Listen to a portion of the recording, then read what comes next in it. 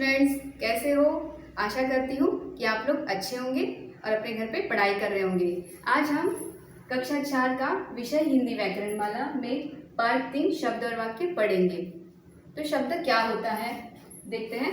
दो या दो से अधिक वर्णों का ऐसा समूह जिससे किसी निश्चित अर्थ की अभिव्यक्ति होती है उसे हम शब्द कहते हैं। तो हम उसका उदाहरण देख लेते हैं। जैसे लेखक, तो लेखक यानी क्या होता है? लेखक, किताब लिखने वाले को हम लेखक कहते हैं। तो इसमें भी कुछ ध्वनियां होती हैं। तो कौन कौन सी ध्वनियां होती हैं देख लेते हैं।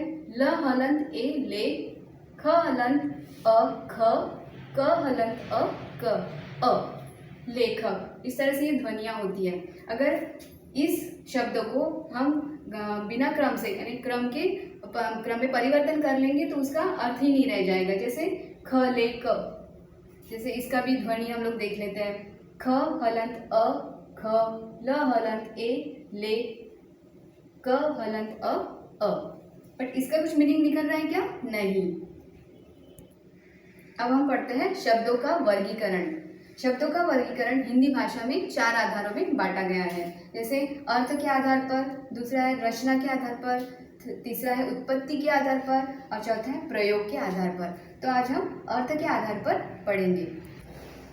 अर्थ के आधार पर शब्द 2 प्रकार के होते हैं। पहला है सार्थक शब्द और दूसरा है निरर्थक शब्द। तो हम अभी देखते हैं सार्थक शब्द क्या होता है। तो वर्णों का ऐसा समूह जिसका कुछ न कुछ अर्थ अवश्य होता है। जैसे सार्थक शब्द हम कह सकते हैं जैसे लड़की, फूल, खिलौना आदि। तो इन शब्दों से क्या है? अर्थ निकल के आ रहा है कि लड़की है, फूल है, खिलौना है। और दूसरा है निरर्थक शब्द, वर्णों का ऐसा समूह जिसका कोई अर्थ नहीं होता है। जैसे उदाहरण में देख सकते हैं किंडल, वाना, लफू। तो इनसे कुछ अर्थ निकलता है क्या? नहीं निकलता। अब हमने शब्द पढ़ा था, अब हम वाक्य देखते हैं। तो शब्द भाषा की स्वतंत्र और सार्थक इकाई होती है, और किंतु जब ये एक व्यवस्थित समूह में लिखे या बोले जाते हैं तो ये क्या बन जाते हैं? वाक्य बन जाते हैं। जैसे उदाहरण के तौर पे हम देखते हैं, जैसे माँ मंदिर जा रही है, खरगोश दौड़ रहा है, विपुल पढ़ रहा है। तो बच्चों, शब्द व्याकरण के नियमों में बनकर वाक्य का रूप धारण कर लेते हैं। यदि शब्द व्याकरण के नियमों में बांधे जाए तो ये हमारे मनोभावों को पूर्ण रूप से व्यक्त करते हैं। जैसे मोहित खेलता, रोहित दौड़ता, विपुल पढ़ता।